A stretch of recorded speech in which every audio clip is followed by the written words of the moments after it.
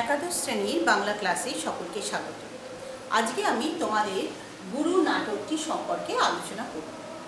এটি গুরু নাটকের প্রথম ক্লাস, আরও কয়েকটি ক্লাসে পুরো নাটকটা আমরা পড়ে নেব। গুরু নাটকটি লিখেছেন কবিগুরু রবীন্দ্রনাথ ঠাকুর। এবং এই যে নাটক সম্পর্কে তোমাদের ধারণা নিশ্চয়ই আছে। তোমরা এর আগের কোনো ক্লাসেও নাটকের কিছু অংশ অনেক সময় তোমরা পড়েছো, বা অনেক সময় নাট্যরূপ দিতেও হয়েছে, পঞ্চম শ্রেণীতেও দিতে হয়েছে বা অন্য ক্লাসেও অনেক সময় পড়তে হয়েছে। নাটক হচ্ছে একটি অভিনয়যোগ্য মাধ্যম, যা দৃশ্যযোগ্য, এবং নাটকের মাধ্যমে কোনো বক্তব্যকে সহজেই দর্শকের কাছে পৌঁছে দেওয়া হয়। নাটকটা পাঠ করার তুলনায় অভিনয় করলে লোকের কাছে পৌঁছায় এবং সেইভাবেই এটাকে তৈরি করা হয়। নাটকের মধ্যে অনেকগুলো দৃশ্য থাকে, এগুলোকে বলা হয় অঙ্ক বা প্রথম দৃশ্য, দ্বিতীয় দৃশ্য, এরকম। একাঙ্কের নাটক হয়, একটি অঙ্ক বা একটি দৃশ্যের মাধ্যমে নাটক হয়। পঞ্চাঙ্কের নাটক হয়, 5টি দৃশ্য বা 5টি অঙ্কের মাধ্যমেও নাটক হয়।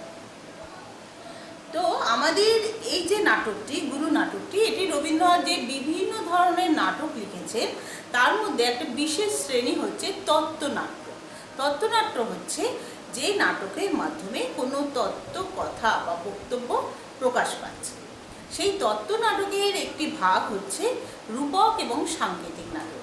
রূপক আর সাংকেতিক এটি আবার দু ধরনের হতে পারে, কিন্তু এই দু ধরনের যে গুণ, কোনটিকে রূপক বলা যাবে, কোনটিকে সাংকেতিক নাটক বলা যাবে, সেই সম্পর্কে যে পার্থক্য বা কোনটি মিশ্র সংকেতের মধ্যে পড়ছে, এই নিয়ে বিতর্ক রয়েছে। আমাদের এত গভীরে আলোচনা করার প্রয়োজন নেই। একাদশ শ্রেণীর ছাত্রীদের জন্য শুধু এইটুকু বলা যায়, গুরু নাটকটি হলো রূপক সাংকেতিক নাটক। রূপক সাংকেতিক নাটক কি? যেখানে কোনো একটা বিশেষ বাস্তব কোনো সত্য বা কোনো ঘটনা রয়েছে, যে ঘটনাটাকে সরাসরি কবি বা নাট্যকার প্রকাশ করছেন না। তিনি কিভাবে প্রকাশ করছেন? তিনি কিছু অন্য কোনো ঘটনার মাধ্যমে, অন্য কোনো উদাহরণের মাধ্যমে, সাংকেতিকভাবে বা অন্য কোনো রূপের মাধ্যমে তাকে প্রকাশ করছে। রূপক সাংকেতিক নাটক হলো ঠিক সেই ধরনের নাটক। আমাদের গুরু নাটকটিতে এই রকমই কিছু ভাবনা, কিছু তত্ত্ব ভাবনা প্রকাশ ঘটেছে, এবং এটি একটা বিশেষ অচলায়তন বা একটা শিক্ষা প্রতিষ্ঠান, এবং সেই শিক্ষা প্রতিষ্ঠানের নিয়ম কানুন, আচার সর্বস্বতা, সেই সংক্রান্ত আলোচনা করা হচ্ছে। এর মাধ্যমে সেই মধ্যযুগীয় সমাজ ব্যবস্থায় যে ধরনের নিয়মতান্ত্রিক পরিকাঠামো ছিল, যার মধ্যে মানব রস যেত শুকিয়ে, জীবনের আনন্দ যেত নষ্ট হয়ে, সেই যে ঘটনাগুলো ঘটত, তার বক্তব্যই কবি বা নাট্যকার রবীন্দ্রনাথ এখানে প্রকাশ করেছে। তাই আমরা এই যে নাটকটি দেখছি, এখানে দেখতে পাবো নাটকের মধ্যে দুটো ধরনের, একটা হচ্ছে রহস্য ব্যাকুলতা, আর একটা হচ্ছে তত্ত্বমুখিতা।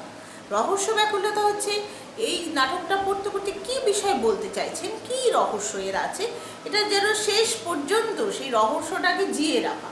শেষ পর্যন্ত এই গুরু নাটকের শেষে সেই গুরুর আবির্ভাব ঘটবে, এবং তার জ্যোতির ছটায় সব কিছু শৃঙ্খল মোচন হয়ে যাবে, অচলায়তনের প্রাচীর ভেঙে যাবে। তো সেই রহস্যে একটা কখন আসবেন, তিনি কিভাবে আসবেন, কোন পথে আসবেন, তাকে কিভাবে বরণ করা হবে, তাকে কিভাবে গ্রহণ করলে কোনটা গ্রহণযোগ্য হবে, কার কথাটা সত্যি, কার কথাটা মেনে নেব, কোনটা আমার মনের সঙ্গে চলছে, কোনটা তত্ত্ব অনুযায়ী চলছে, ইত্যাদি ইত্যাদি নিয়ে পুরো নাটকটা জুড়ে একটা রহস্য ব্যাকুল পরিবেশ তৈরি হয়েছে। আর তত্ত্বমুখিতা হচ্ছে এই নাটকের মধ্যে যে বক্তব্য বা যে তত্ত্বটা নাট্যকার প্রকাশ করতে চাইছেন, তা নাটকটার প্রতি পরতে স্টেপ বাই স্টেপ এক একটা অংশ থেকে আর একটা অংশে, এক দৃশ্য থেকে অপর দৃশ্যে আস্তে আস্তে উন্নীত হতে থাকে, এবং এর মধ্যে দিয়ে সেই যে রূপক বা সংকেতের যে ভাবনাটা, সেটা নাট্যকার প্রকাশ করছে। তার মধ্যে তাহলে আমরা দেখতে পাচ্ছি রূপক সাংকেতিক নাটকে দু ধরনের গুণ প্রকাশ পায়, একটা হচ্ছে রহস্য ব্যাকুলতা, আর দ্বিতীয় হলো তত্ত্বমুখিতা। তো আমাদের এই গুরু নাটকটি কিন্তু প্রথমে গুরু হিসাবে লেখা হয়নি। প্রথমে এই নাটকটি লেখা হয়েছিল অচলায়তন। অচল আয়তন এর নাম ছিল। অচল আয়তন মানে তোমরা জানো অচল, অচল মানে যা কিনা স্থির, যার নড়নচড়ন নেই। সেই অচল আয়তন নাটক ছিল, তখন এটা প্রকাশ পেয়েছিল 1912 সালে। তারপরে এটির অভিনয়যোগ্য রূপ হিসাবে গুরু নাটকটি প্রকাশিত হয় 1918 সালে। গুরু নাটকটি অচলায়তন নাটকটির একটু সংক্ষিপ্ত রূপ। অচলায়তন নাটকে 6টি দৃশ্য আছে, গুরু নাটকে 4টি দৃশ্য আছে। অচলায়তন নাটকে আরও বেশি গান আছে, গুরু নাটকে গানের সংখ্যা কমে গিয়ে 7টিতে দাঁড়িয়েছে। এবং দুটো নাটকের শুরুর মধ্যেও পার্থক্য রয়েছে। অচলায়তন যেভাবে শুরু হয়েছে, গুরু নাটক সেভাবে শুরু হয়নি। অচলায়তনে শুরু হয়েছে পঞ্চকের গানের মাধ্যমে, গুরু নাটকে কয়েকগুলি বালকের কথোপকথনের মাধ্যমে গুরু আসছেন, এই যে রহস্য, তিনি কিভাবে আসবেন তার একটা প্রকাশ, এটার মধ্যে একটু অভিনবত্ব রয়েছে। তো এইভাবে প্রকাশ হয়েছে। তো অচলায়তনের তুলনায় গুরু সংক্ষিপ্ত, কিন্তু গুরু একটু তত্ত্বভার আক্রান্ত, অর্থাৎ একটু এর মধ্যে তত্ত্ব কথাটা একটু বেশি রয়েছে। তো আমরা এই নাটকটা যখন পড়বো, এর পরবর্তী ক্লাসগুলোতে আমি নাটকের দৃশ্য অনুযায়ী ইচ্ছা আছে বুঝিয়ে দেওয়ার। তো সেই যখন পড়ব, তখন আমরা নাটক সম্পর্কে আরও কিছু কিছু অংশ আমরা জানতে পারবো। আমরা এই নাটকে দেখতে পাচ্ছি যে, আমি একটু সংক্ষিপ্ত এর বিষয়বস্তু, এর কী তত্ত্বকথা আছে আমি সেগুলো একটু বলে দিচ্ছি। এই মানে প্রথমে অচলায়তন নাটকটা সম্পর্কে বললে আমরা বুঝবো তার কি বিষয়বস্তু বা ঘটনা তত্ত্ব যা কিনা আমাদের গুরু নাটকে রয়েছে। তো অচলায়তনে মধ্যযুগীয় সংস্কার ও নিয়মের অত্যাচার প্রাণের মুক্তিকে বাধা দিয়েছে। অর্থাৎ মধ্যযুগীয় যে সংস্কার এবং নিয়ম, কেউ কেউ রবীন্দ্রনাথের এই অচলায়তন নাটকে বলেছেন যে হিন্দু ধর্মের যে সংস্কার বা আচার সর্বস্ব, তাকেই যে সংস্কার বা আচরণের প্রতি আক্রমণ বলে কেউ কেউ মনে করেছেন। কিন্তু নাট্যকার রবীন্দ্রনাথ কিন্তু সে কথা একদমই বলেননি। তিনি বলতে চেয়েছেন অর্থহীন সংস্কার, সেটা যা কিনা যে কোনো মানব ধর্মকেই বাধা দেয়। অর্থহীন সংস্কার এবং আচার সর্বস্বতা, তা সে যে ধর্মেরই হোক না কেন, সেই আচার সর্বস্বতার যে বেড়া, মানুষের মানব ধর্ম, মানুষের মনের যে ইচ্ছা, মনের যে সুকুমার কলাবৃত্তি, মানে প্রাণের আনন্দ, মনের আরাম আমরা যাতে পাই, সেই যে ব্যাপারগুলোকে যা বাধা দেয়, অর্থাৎ বেড়া দিয়ে আটকে রাখে যে আচার সর্বস্ব বা যে অর্থহীন সংস্কার, রবীন্দ্রনাথের আক্রমণের লক্ষ্য ছিল তাই। প্রাচীন ঐতিহ্যে নবরূপায়ণের কথাই কিন্তু কবি এখানে বলতে চেয়েছে। একেবারে প্রাচীন ঐতিহ্যকে উৎপাটন করে দিলাম বা উৎসাদন করে দিলাম তা কিন্তু তিনি করেননি। প্রাচীন যে ঐতিহ্য রয়েছে তার নবরূপায়ণের কথাই আমাদের এই আলোচ্য নাটকে বক্তব্য। আর এই নাটকে যে একটা গানগুলো রয়েছে, সেই গানের জন্য এই নাটকের মধ্যে একটু যাত্রার আমেজও আমরা দেখতে পাই। আচ্ছা, আর আরেকটা ব্যাপার, অচলায়তন নাটকে দেখা যাচ্ছে একটু বড়, তো একটু লেন্দি ছিল। তো এই বড় যে 7টি দৃশ্যের নাটক ছিল, সেখানে গ্রীষ্ম থেকে বর্ষা এই 2 ঋতু জুড়ে নাটকের ঘটনাধারা পরিব্যাপ্ত হয়েছে। কিন্তু গুরু নাটকের তত্ত্বের গুরুভার কিছুটা চেপে বসার জন্য এখানে বর্ষার স্নিগ্ধ শ্যামল রূপ লাবণ্য আমরা সেভাবে পাচ্ছি না। এবং এই নাটকে আমরা দেখতে পাচ্ছি যে যে একটা অভিনব সূচনা, সেখানে কয়েকটি বালক গুরুর আগমন বার্তা নিয়ে তারা আলোচনা করছে, হ্যাঁ, এবং এটা একটা চরিত্রগত কিছু পরিবর্তন এই নাটকে আমরা দেখতে পাচ্ছি। অচলায়তনে আমরা এক শ্রেণীর মানুষ দেখছি যাদেরকে নাম দেওয়া হয়েছে সোনপ্রাংশু নামে। এই সোনপ্রাংশুরাই শেষ পর্যন্ত অচলায়তনে বেড়াজাল ভেঙে দিচ্ছে। আমাদের এখানে সোনপ্রাংশু বদলে সেখানে নতুন নাম হয়েছে জুনক, জুনক জাতি।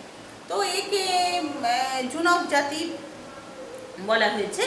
তো জুনক জাতি সোনপ্রাংশুদের বদলে, যারা কিনা সেই নিয়মের বেড়াজাল, মধ্যযুগীয় যে সংস্কার আচার সর্বস্বতারা যারা কিনা তছনছ করে দিচ্ছে, করে দিয়ে যা প্রাচীন ঐতিহ্য তার নবরূপায়ণের প্রতিষ্ঠা, তাকে মানবধর্মী করে তোলার প্রচেষ্টা তা এই নাটকের মধ্যে ব্যক্ত হয়েছে। আর কিছু কথা বলতে গেলে বলা যায় যে নাটকের একটু বিষয়বস্তু সম্পর্কে আমাদের একটু বলে নিলে মনে হয় ভালো হয়। ও আর একটা কথা বলছি, এই নাটকের মধ্যে আমরা কিছু শব্দ পাচ্ছি, কিছু কথা পাচ্ছি, যেমন ধরো আধিকর্মিক বর্ষায়ন, অষ্টাঙ্গ শুদ্ধি উপবাস, এরকম নানান রকম কিছু কথাবার্তা যা কিনা আমরা সচরাচর ব্যবহার করি না। এই যে শব্দগুলো বলা হয়েছে, হ্যাঁ, এইগুলো ব্যবহার করার কারণ হিসেবে বলা যায় যে এই নাটকের যে বিষয়ে যে রহস্যময়তা এবং সেই রহস্যময়তার প্রতি আগ্রহ সৃষ্টির কারণেই নাট্যকার এই শব্দগুলি ব্যবহার করেছে। হ্যাঁ, আর আরেকটা এই শব্দগুলি ব্যবহার করেছেন। আর এই ব্যাপারে তিনি মনে হয় যে বৌদ্ধ যে দর্শন বা যে নাটক যে কিছু রয়েছে সেইখান থেকে তিনি সম্ভবত কিছু ঘটনাধারা বা নামগুলো তিনি গ্রহণ করেছেন। হ্যাঁ, সেখানে বৌদ্ধ দর্শন বা চিন্তা ঘটনাধারা সেখানে তার এখানে দেখতে পাওয়া গেছে, এবং এখানে মননের বদলে মানুষের যে আচার এবং মন্ত্র বিধিবদ্ধতা যে বেশি অগ্রাধিকার পেয়েছে, যে সেই অচলায়তনের যে ঘটনার ক্রমে সেটা এই নাটকের মধ্যে দেখতে পাওয়া যাচ্ছে। নাটকটিতে বেশ কিছু চরিত্র রয়েছে, যেমন ধরো কয়েকটি বালক আছে, প্রথম বালক, দ্বিতীয় বালক, তৃতীয় বালক, সঞ্জীব আছে, পঞ্চক আছে, মহাপঞ্চক আছে, জয়োত্তম আছে, বিশ্বম্ভর আছে, অর্ধেতা আছে, পদাতিক আছে। এরা সকলেই আশ্রমিক। হ্যাঁ, আর সুভদ্র এই বালকদের মধ্যে একটি বালক, শিশু বিদ্যার্থী। এবং নাটকে আছে আচার্য, উপাধ্যায়, উপাচার্য, এইসব রয়েছে। জুনকদের মধ্যে প্রথম, দ্বিতীয়, তৃতীয় জুনক বলে 3 ভাগ আছে। দাদা ঠাকুর আছে, দর্ভকগণ আছে যারা সমাজের পতিত জাতি, শঙ্খবাদক আছে, মালি আছে। এইসব চরিত্রগুলি নাটকের মধ্যে আমরা দেখতে পাচ্ছি। তো যাই হোক, আমরা এই নাটকটি সম্পর্কে এর পরের দিন আমরা বিস্তৃতভাবে আরও আলোচনা করব।